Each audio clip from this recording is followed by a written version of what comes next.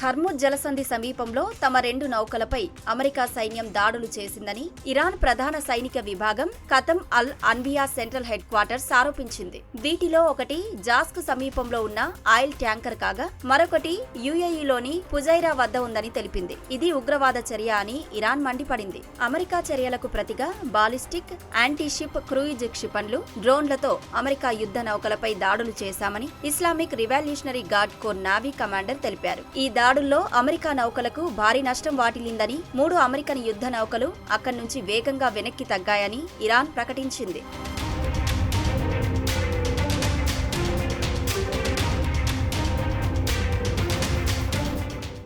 Gulf of Oman వైపు వెళ్తున్న తమ 3 గైడెడ్ మిసైల్ డిస్ట్రాయర్లపై ఇరాన్ ఎలాంటి కారణం లేకుండానే క్షిపణులు, డ్రోన్లు, చిన్న పడవలతో దాడులకు యత్నించిందని యుఎస్ సెంట్రల్ కమాండ్ ఒక ప్రకటనలో తెలిపింది. ఆత్మరక్షణలో భాగంగానే తాము ఎదురుదాడి చేశామని అమెరికా స్పష్టం చేసింది. ఇరాన్ దాడుల వల్ల తమ ఆస్తులకు, నౌకలకు ఎలాంటి నష్టం జరగలేదని వెల్లడించింది. ఇరాన్లోని క్వేష్మోపోర్ట్, బందర్ అబ్బాస్ నగరాలపై అమెరికా మిలిటరీ దాడులు చేసింది. ఉద్రిక్తతలను పెంచే ఉద్దేశం తమకు లేదని, కానీ తమ బలగాలను రక్షించుకోవడానికి ఎల్లప్పుడూ సిద్ధంగా ఉంటామని అమెరికా స్పష్టం చేసింది.